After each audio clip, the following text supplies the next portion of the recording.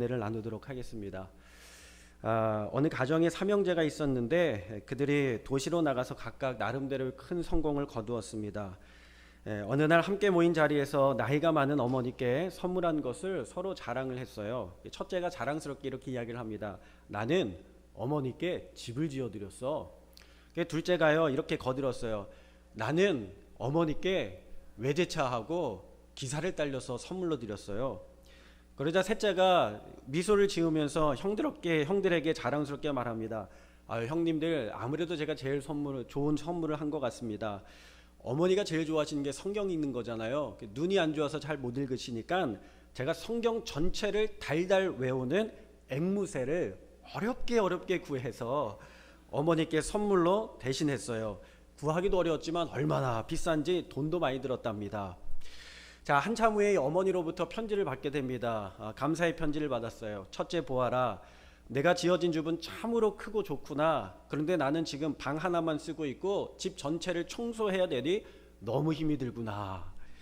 자, 둘째 아들도 편지를 받았습니다. 둘째야 보아라, 나는 너무 늙어서 힘들어서 여행하기가 힘들어서 대부분의 시간을 집에서 보내고 있구나. 네가 보내준 고급 승용차는 별로 탈 기회가 없다. 그래서 늘 집에 세워놓고 있구나. 그리고 딸려 보낸 운전수는 참 버릇이 없더구나 하고 편지를 받았어요. 자, 셋째도 어머니의 편지를 받았습니다. 사랑하는 셋째야, 달라요. 사랑하는 셋째야 보아라, 넌 정말 어미가 뭘 좋아하는지 너무나도 잘 알고 있는 것 같더구나. 네가 보내준 작은 닭은 정말 맛있게 잘 먹었다. 그런데 요즘 닭은 죽으면서도 말을 하더구나. 참 신기했단다 하고 이야기를 했다는 거예요. 어머니가 귀한 선물을 받았지만 대부분은 과도한 선물이었고 정말 필요한 선물은요 그 의미를 몰라서 잃어버리고 말았다는 것입니다. 선물은요 받은 사람이 가치를 할 때 그 선물이 가치를 하는 것입니다. 오늘 주님께서 우리에게 주신 정말 위대한 값진 선물이 무엇입니까? 바로 자유인 줄로 믿습니다. 죄와 사망에 매여서 종노릇하여던 우리를 주님의 은혜로 말미암아 자유케 하시고 해방하신 줄로 믿습니다. 근데 그런 자유를요 우리가 잃어버렸죠. 언제 잃어버렸어요? 1910년 일본이 강제로 이 땅을 점령하면서 잃어버렸습니다. 1950년 북한과 소련의 공산당이 이 땅에 들어와서 한국을 공산화하려고 했습니다. 그들은 자신의 말을 듣지 않는 사람들을 다 죽여버리고 무참히 살해해버리고 생명을 빼앗아가 버렸다라는 거예요. 여러분, 사회주의와 공산주의의 무서운 점이 무엇인지 아십니까? 자기 말 듣지 않는 사람들의 생명을 하찮게 여긴다는 거예요. 자유를 잃어버리니까 짐승 취급을 받았습니다. 그런데 이 나라를 하나님께서 사랑하셨어요. 긍휼히 여기셨어요. 그래서 이 땅 가운데 잃어버렸던 자유를 되찾게 하시고 광복을 허락하시고 하나님께서 은혜를 베풀어 주신 줄로 믿습니다. 그렇게 해서 세워진 나라가 어떤 나라입니까? 대한민국이라는 나라예요. 대한민국. 여러분, 조선과 대한민국은 같은 나라가 아닙니다. 완전히 다른 나라예요. 조선의 왕은, 조선의 주인은 누구죠? 왕이 주인이에요. 말은 백성이라고 하지만 사실은 왕이 주인입니다. 당시 조선의 사진들을 가만히 보면요, 조선 사람들이 얼마나 비참하게 살았는지를 알 수 있어요. 가끔 역사 자료들을 한번 찾아보세요. 그러면 조선의 사람들은요, 외국 사람들이 와서, 기자들이 와서 한국의 이 조선의 사진을 찍어놓고 뭐라고 이야기하냐면 거렁뱅이와 같은, 거지와 같은 삶이라고 이야기를 해요. 가난하고. 당시 서울 자체가요 뭐였냐면, 우리는 한양하면 수도, 왕이 거하는 곳하고 생각하잖아요. 근데 서울시 자체가 뭐였냐면 거대한 변속관이었다는 겁니다. 당시에 조선 사람들이 아침에 일어나서 하는 게 뭐냐면, 제가 어렸을 때 집에 화장실이 없었어요. 그래서 광 옆에 있는 화장실 바깥으로 나갔어야 했습니다. 그러니까 한 몇십 미터를 떨어져서 가야 거기에 이제 퍼세식이라고 하나요? 재래식 화장실이 거기에 있었어요. 겨울에는 너무 추우니까 화장실 가기가 어렵잖아요. 뭐 합니까? 집 안에 요강을 두고 있는 거죠. 요강에서 볼일도 보고 뭐 다 합니다. 조선 사람들이 집에 뭐가 있냐면, 뭐 지금처럼 좋은 깨끗하고 그리고 바이러스도 없고 세균도 없는 아주 깨끗한 화장실이 있었겠습니까? 아니요, 없었어요. 제대로 된 화장실도 없었고, 그러니까요 집안에 요강을 두고 살았는데, 아침에 일어나고 가장 먼저 하는 일이 뭐냐면 문 열고 요강을 그냥 길거리에 버리는 일이었어요. 그냥 길거리에 버리는. 거기에 뭐가 있습니까? 대변도 있고 소변도 있고 온갖 것들이 다 있죠. 우리나라에 미라가 발견이 됐는데 조선시대에 굉장히 귀한 집안에 여성이 발견이 되었어요. 그런데 아이를 갖고 있었던 여성이었어요. 근데 얼마나 젊고 얼마나 권세가도에 있는 집안입니까? 그런데 검사를 해보니까요, 그 안에 기생충이 수백 마리가 살고 있는 겁니다. 그러니까 당시에 조선 사회가 그랬어요. 부잣집이라고 하는 사람들도 기생충에 감염이 되어서 건강도 별로 좋지 않았고 문화도 좋지 않았고 생활 수준도 좋지 않았던 때가 바로 그 땅이었다는 것입니다. 여러분, 조선의 백성들은 먹을 것이 없었고 헐벗었습니다. 가난과 죽음뿐이었습니다. 드라마와는 달라요. 왕은 자신의 목숨을 구걸하기 위하여 도망 다녔고 백성의 안중은 하나도 없었어요. 여러분, 왕이 한양에서 도망가 버리고 나니까요, 이 백성들이 얼마나 큰 충격을 받았는지, 왕이 우리를 버리고 도망간다고 한 번도 생각해 보지 않은 일들이 그 당시 일어났었다는 것입니다.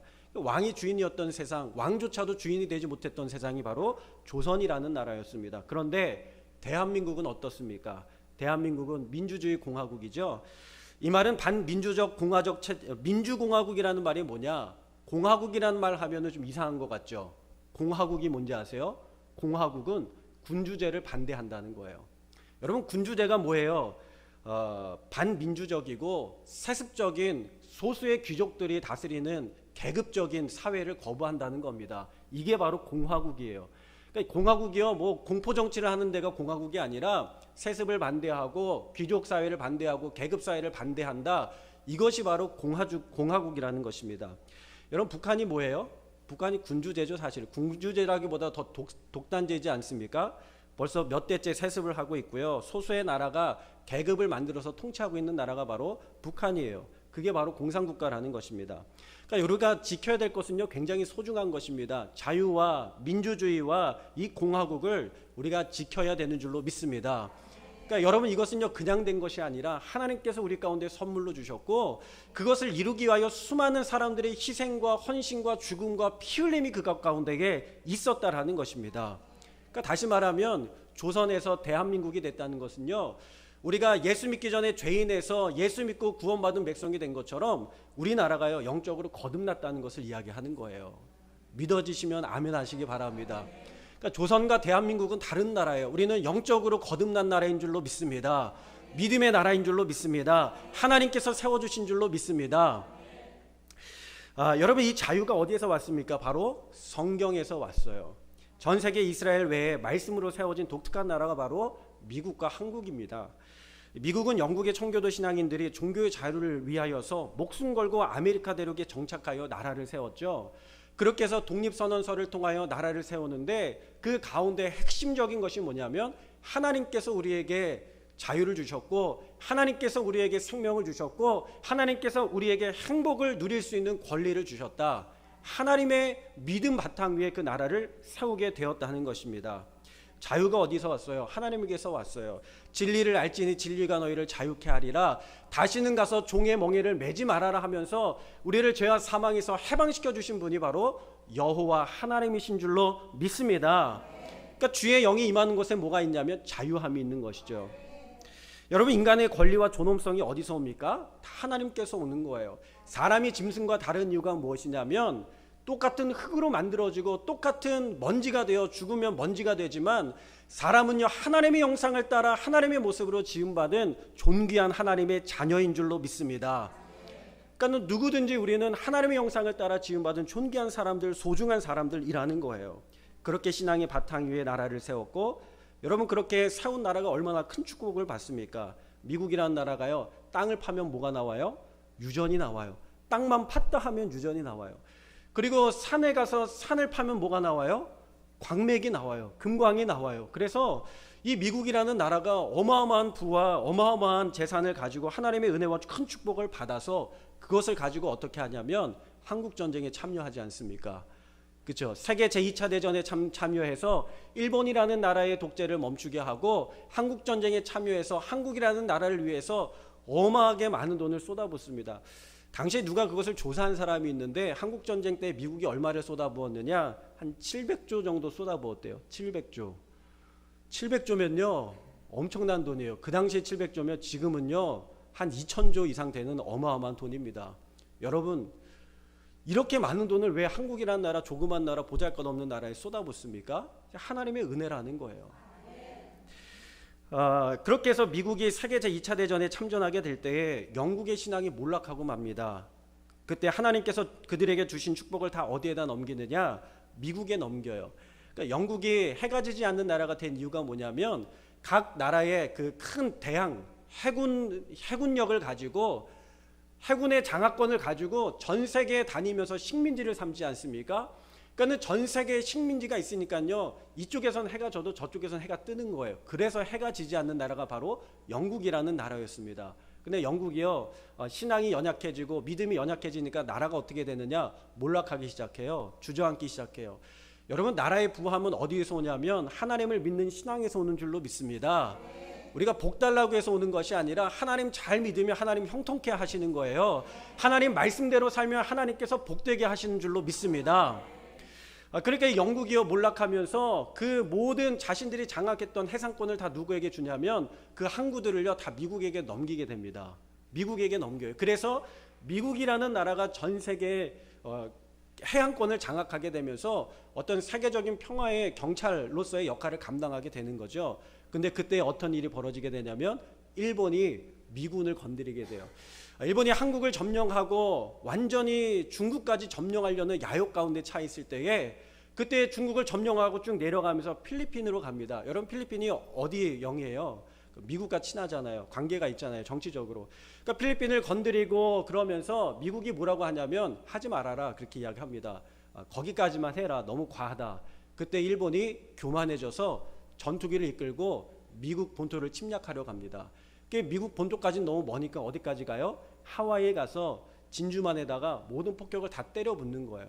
배가 다 파괴가 되고 군사들이 죽고 주민들이 죽음을 당하게 되면서 미국이 화가 나죠. 그래서 세계 제2차 대전에 적극적으로 참전을 하게 되면서 이제 일본이라는 나라가 결국에는 항복을 선언하게 됩니다.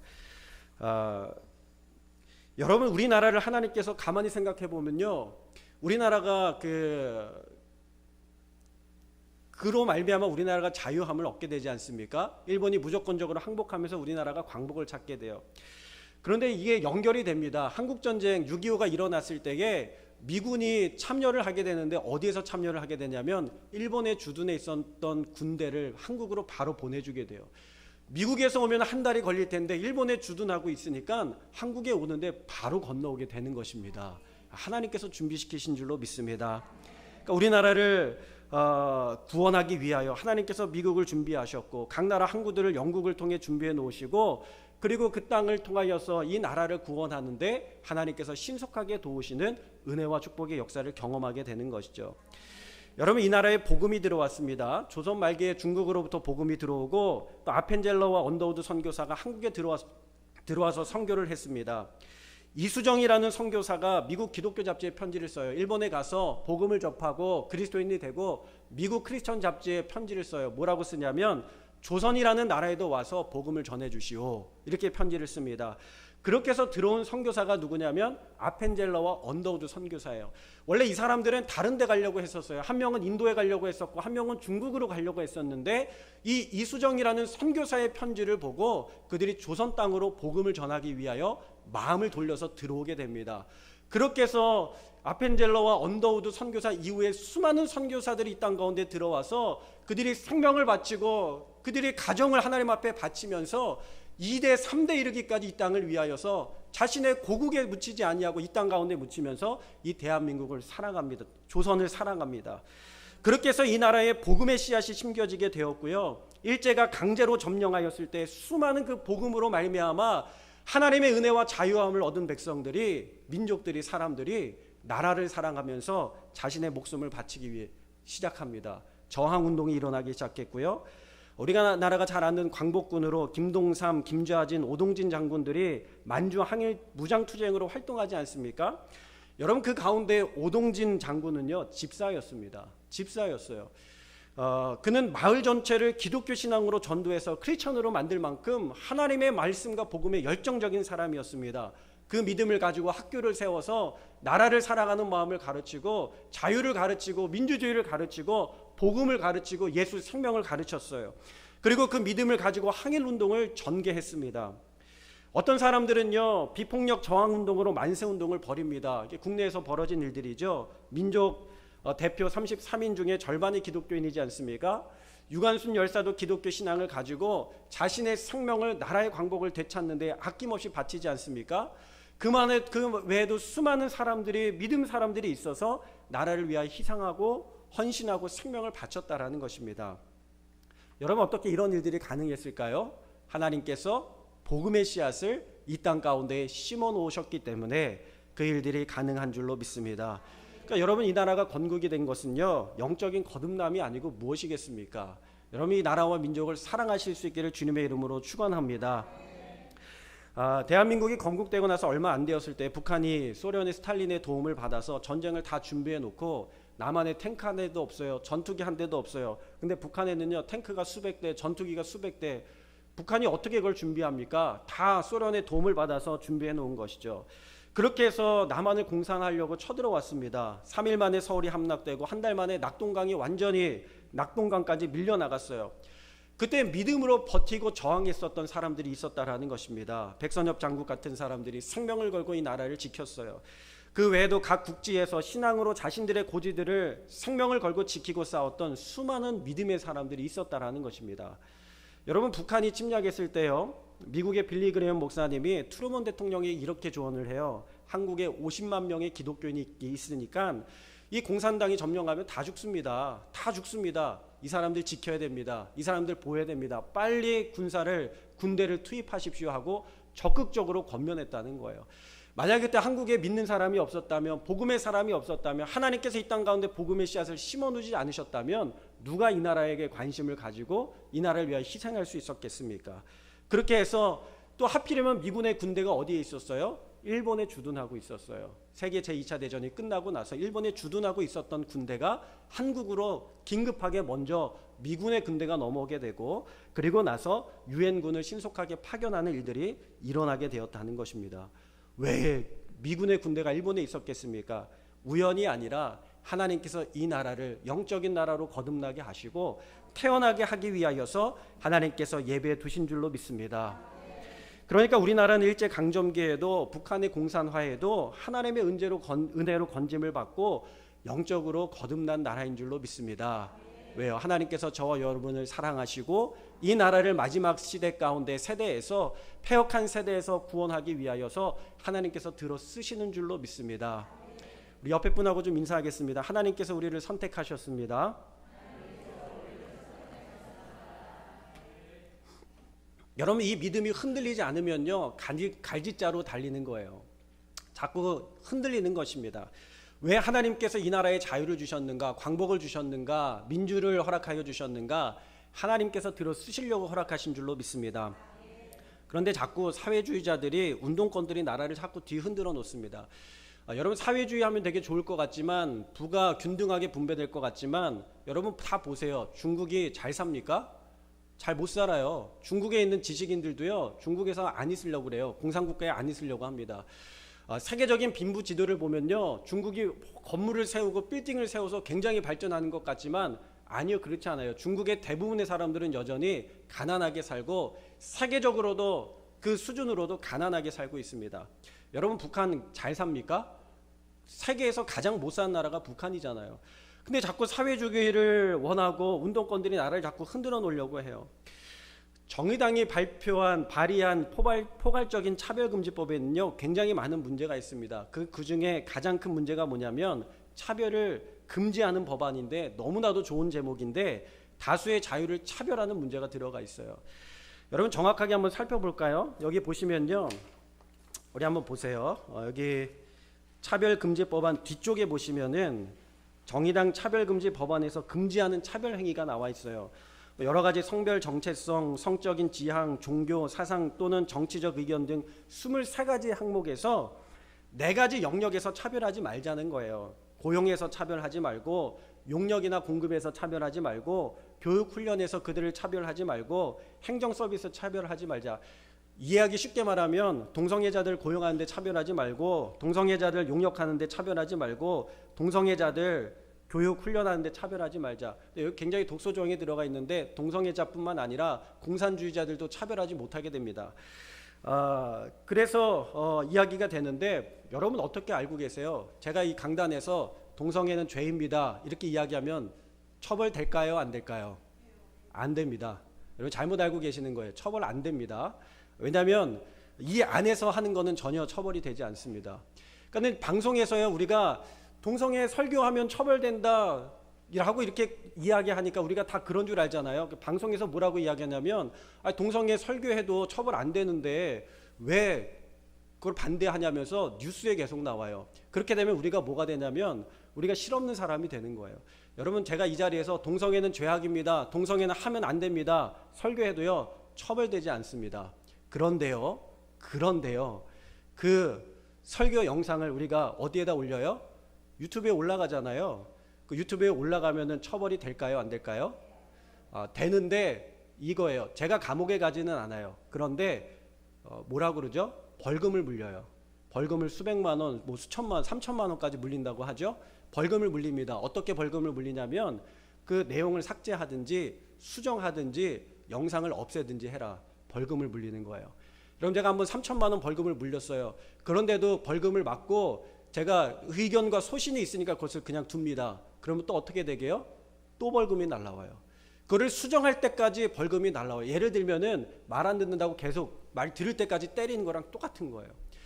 결국에는요 제가 감옥에 가지는 않지만 그것으로 말미암아 벌금을 수천만 원 물리게 되고요. 그것을 인하여서 동성애자들이 내가 차별받았다라고 해서 민사소송을 걸게 되면은 뭐 수억 원에 이르기까지 손해를 보게 되는 것이죠. 그럼 제가 동성애 하면 안 된다는 말을 할 수 있어요? 없어요? 없어요. 하지 말라는 얘기예요. 그러니까요 동성애는 죄라고 방송하고 여러분 기독교회가 지금 교회 안에서만 예배드립니까? 영상으로 예배드리죠. 온라인으로 예배드리죠. 유튜브로 예배드리죠. 기독교 방송 전파 타죠. 저희 할머니는 하루 종일 기독교 방송, 극동 방송을 들으세요. 그것도 방송이잖아요. 방송에서도 안 되고 기독교 TV도 안 되고 지금도 전국에 우리 TV 보면 TV 채널에서 기독교 채널을 하고 있잖아요. 거기에도 나갈 수가 없는 거예요. 그 이야기는 뭐냐면 말하지 말란 얘기예요. 말하지 말란 얘기예요. 말하면 3천만 원씩 벌금 물리겠다는 얘기예요. 여러분 제가 감옥에 가지는 않지만 그렇게 함으로 말미암아 교회에서 교회가 해야 될 말들, 거룩한 말들, 바른 말들, 정의로운 말들, 해야 될 말들을 하지 말라는 것입니다. 여러분 이게 얼마나 위험한 일입니까? 그래서 결과적으로 설교가 위축되고요, 제한되고요, 표현의 자유가 제한이 되고 종교의 자유가 심각하게 제한되는 것이 바로 이 차별금지법의 법안입니다. 사실 한국의 차별은요 차별받지 않도록 헌법이 지켜주고 있어요. 개인의 자유를 침해하지 않는 선에서 다른 사람의 자유를 침해하지 않는 선에서 자유가 있어요. 여러분 담배 핀다고 뭐라고 합니까? 아무도 뭐라고 하는 사람 없어요. 여러분 불륜 저지른 사람들 있잖아요. 그런 사람들 법으로 제정해 줍니까? 나는 불륜 저지를 권리를 법으로 제정해 달라. 아무도 그렇게 하지 않잖아요. 그런데 왜 동성애자들은 법으로 제정해 달라고 이야기합니까? 이게 무서운 속임수가 그 가운데 담겨져 있다는 거예요. 여러분 그러니까요 우리가 지혜롭게 대처를 해야 될 줄로 믿습니다. 사실은 동성애자들은요 몇 프로 안 돼요. 한 3%, 4%, 지지하는 사람들까지 하면은 한 7, 8% 정도 된다고 합니다. 그런데요 문제는 뭐냐면 교회하고 그 사람들을 싸움 붙이는 세력들이 있다는 거예요. 싸움을 붙이는 세력들이 있다는 거예요. 여러분 우리가 동성애자를 미워하자는 이야기가 아닙니다. 사랑으로 품어야 됩니다. 예수님께서 가늠한 여인 어떻게 하셨어요? 용납하셨어요. 용서하셨어요. 품어주셨어요. 그리고 나서 뭐라고 그랬어요? 가서 원래 하던 대로 해라. 네 마음대로 살아라 그러십니까? 아니 그렇지 않아요. 가서 다시는 죄를 범하지 말아라. 거룩하게 살아라. 돌이켜라. 할렐루야. 여러분 교회가요 그거 이야기하지 않으면 누가 이야기하겠습니까? 우리가 동성애자들을 미워하자는 이야기가 아닙니다. 그러나 그것이 죄라고 분명히 이야기할 수는 있어야 되는 것이죠. 그러니까 여러분 SNS에도 올리지 말고 기독교 TV에도 올리지 말고 유튜브에도 올리지 말고 결국 무슨 말이에요? 자유를 심각하게 침해를 한다는 거예요. 교회를 완전히 고립시키는 일입니다. 그래서 교회의 표현의 자유, 종교의 자유가 심각하게 침해되는 것입니다. 입은 있는데 말하지 말라는 거예요. 여러분 이것이 목적입니다. 그런데 이런 피해만 있으면 교회만 피해 봅니까? 아니요, 그렇지 않아요.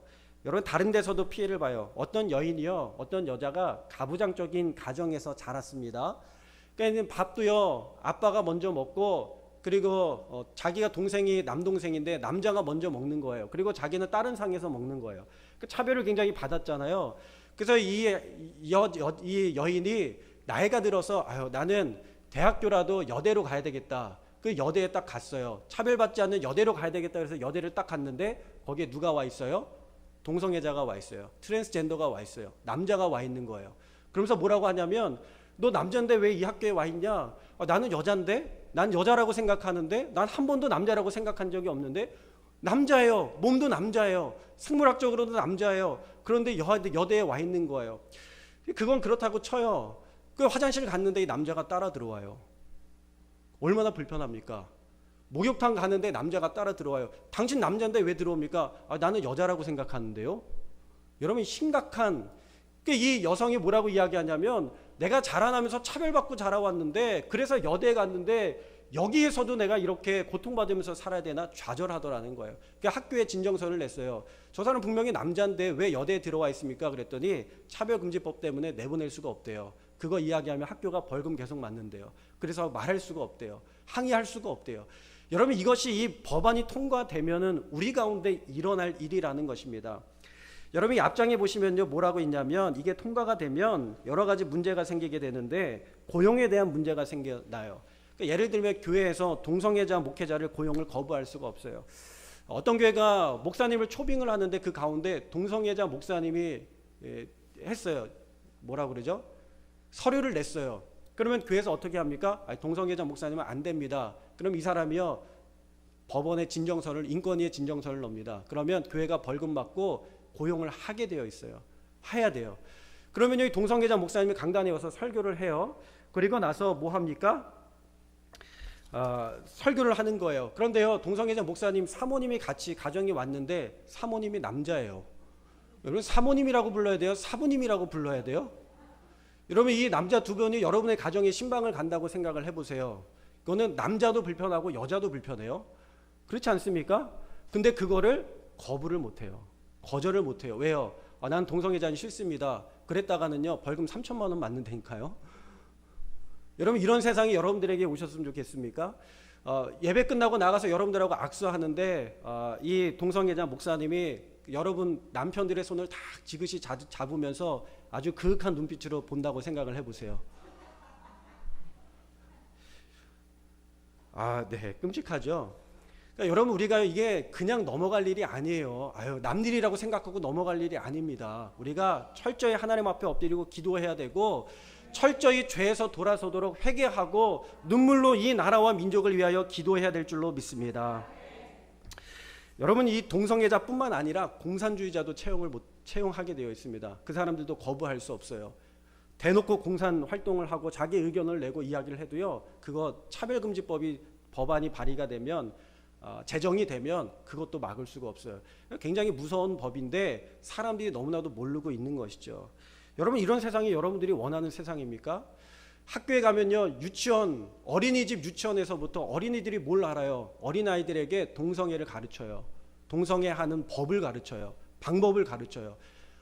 여러분들의 손주들에게 어린이집에 갔는데 그 순수하고 맑은 어린 영혼들이요 동성애하는 방법을 배워야 돼요. 강제적으로. 이 법안이 제정이 되면 그래서 공포가 되면요 반드시 5년에서 10년 계획으로 그 법안을 위한 정책들을 반드시 수립하게 되어 있어요. 그 수립 중에 하나가 뭐냐면 동성애 가르치는 거예요. 저는 저희 아이가 학교에 가서 그런 거 배운다 그러면 학교에 보낼 수가 없습니다. 근데 학교에 안 보내면 뭐라고 그래요? 너 동성애 차별했어? 그러면서 벌금 날라온다는 거예요. 무서운 법이라는 것입니다. 여러분 하나님께서 우리에게 주신 자유는 거저된 것이 아니라 정말 수많은 사람들의 피 흘림 속에서 얻어내게 된 것임을 믿으시기를 바랍니다. 저는 아버지가 있지만 저희 아버지는 아버지가 없어요. 무슨 말이냐면 6.25 때 돌아가셨기 때문에 그렇습니다. 저희 아버지가 2살 때 6.25가 터졌으니까 한부모 밑에서 홀로 자라신 거예요. 홀로. 가정을 세우기 위해서 어떻게 살았느냐. 저는 아버지가요 나무 껍질을 뭐 이렇게 드셨다고 해서 농담인 줄 알았어요. 근데 북한에 제가 청년 때에 북한에 간 것은 아니고 중국에 가서 건너편에 있는 북한의 무산시를 봤는데요. 산에 나무가 하나도 없어요. 하나도 없어요. 왜요? 다 땔감으로 갖다 쓰고 나무가 있는데요. 나무가 껍질이 다 없어요. 정말 그걸 갖다가 끓여서 먹을 것이 없으니까 사용한 거예요. 저는 그때 아버지의 말씀이 사실인 줄 알았습니다. 깨달았어요. 여러분 굉장히 무서운 일입니다. 그러니까 어렸을 때부터 나무를 하셨다는 거예요. 초등학교 때도 지게를 지고 산에 가서 나무를 하셨다는 거예요. 저는 전혀 이해가 되지 않았는데 나중에 이해가 되더라고요. 그렇게 해서 그 당시에 다 어렵게 살지 않으셨습니까? 한부모 밑에서 전쟁으로 인하여 아버지가 돌아가시고 또 일제강점기로 인하여 부모님이 돌아가시면서 어렵게 이 나라가 정말 신앙으로 기도하면서 믿음으로 희생하면서 세우는 나라, 하나님께서 자유를 통하여 영적으로 거듭남을 허락하신 이 나라, 이제는 우리가 지켜야 될 줄로 믿습니다. 뭘로 지키시겠습니까? 나가서 폭탄 던지시겠습니까? 아니요. 기도의 폭탄을 던지시기를 바랍니다. 그리고 바른 말을 외쳐야 돼요. 바른 말은 해야 됩니다. 바른 말을 해야 돼요. 그러나 우리가 기독교인으로서 친절함을 가지고 사랑의 마음을 가지고 바른 말을 외칠 수 있기를 주님의 이름으로 축복합니다. 잘 이해가 안 되시죠? 아직도 이해가 잘 안 되시는 분이 계신 것 같아요. 어떤 회사원이 그 충청도 지사에 발령이 나서 집을 이사하게 되었습니다. 일하는 아줌마님을 불러서 새 집을 청소한 다음에 돈을 입금하려고 하는데 번호를 불러달라고 그랬어요. 그 아주머님이 계좌번호를 불러주는데 296, 496, 3296, 7296을 불러주는 거예요. 그 아줌마가 불러주는 계좌번호를 받다 보니까 너무 길어요. 계좌번호가 너무 길어요. 그래서 이 사람이요, 숫자가 너무 길다고 이야기를 한 거예요. 그러니까 아줌마가 답답한 듯 말했어요. 뭔 소리요? 아직 4개밖에 안 불렀는데. 그럼 다시 부를게요. 296, 496, 3296, 7296. 네. 무슨 말인지 집에 가서 다시 잘 생각해 보시기 바랍니다. 우리가요, 영적인 광복군이 되어야 될 줄로 믿습니다. 첫째, 할 말을 해야 됩니다. 동성애는 죄라고 말씀하시기 바랍니다. 우리는 공산주의를 원치 않는다고 말씀하시기 바랍니다. 그리고 뭘 얘기해야 되느냐? 예수 그리스도의 사랑을 이야기해야 됩니다. 예수님의 말씀대로 살아야 될 줄로 믿습니다. 그리고요, 품고 기도해야 될 줄로 믿습니다. 한 가지 이야기만 하고 마치도록 하겠습니다. 웨이처치, 홍대에서 웨이처치라는 교회를 세워서 사역하고 계시는 그 송준기 목사님의 이야기입니다. 이 목사님이요, 고등학교 때 일이었대요. 아버지가 해외로 일하러 나간 사이에 집에 깍두기 아저씨들이 들어왔다는 겁니다. 누구예요? 빚쟁이, 빚 받으러 들어오신 분들이죠. 그냥 구두 신고 신발로 집안에 들어와서 다 때려 부시면서 돈 내놓으라고, 돈 갚으라고 막 외쳤대요. 고2면 공부해야 되는데 너무 무섭고 또 정신이 사나워서 공부할 수가 없었답니다. 그래서 학교에서 수업을 마치고 야간 자습을 마치고 10시에 어디로 갔냐면 교회로 갔어요. 교회 가서 목사님이 기도하는 강단 바로 밑에서 무릎 꿇고 기도하는 거예요. 하나님 앞에 빚 갚아달라고 기도하는 거예요. 하나님 빚 갚아주세요. 힘들어요, 어려워요. 눈물이 막 났어요. 근데 눈물이 나는데 한참을 그렇게 서글퍼서 울었는데 한참을 울다 보니까요, 그 눈물이 바뀌더라는 거예요. 기도하는 게 너무 감사한 거예요. 하나님 앞에 나와 엎드려 주의 전에서 기도하는 게 너무 고마운 거예요. 빚 문제가 생각이 안 났대요.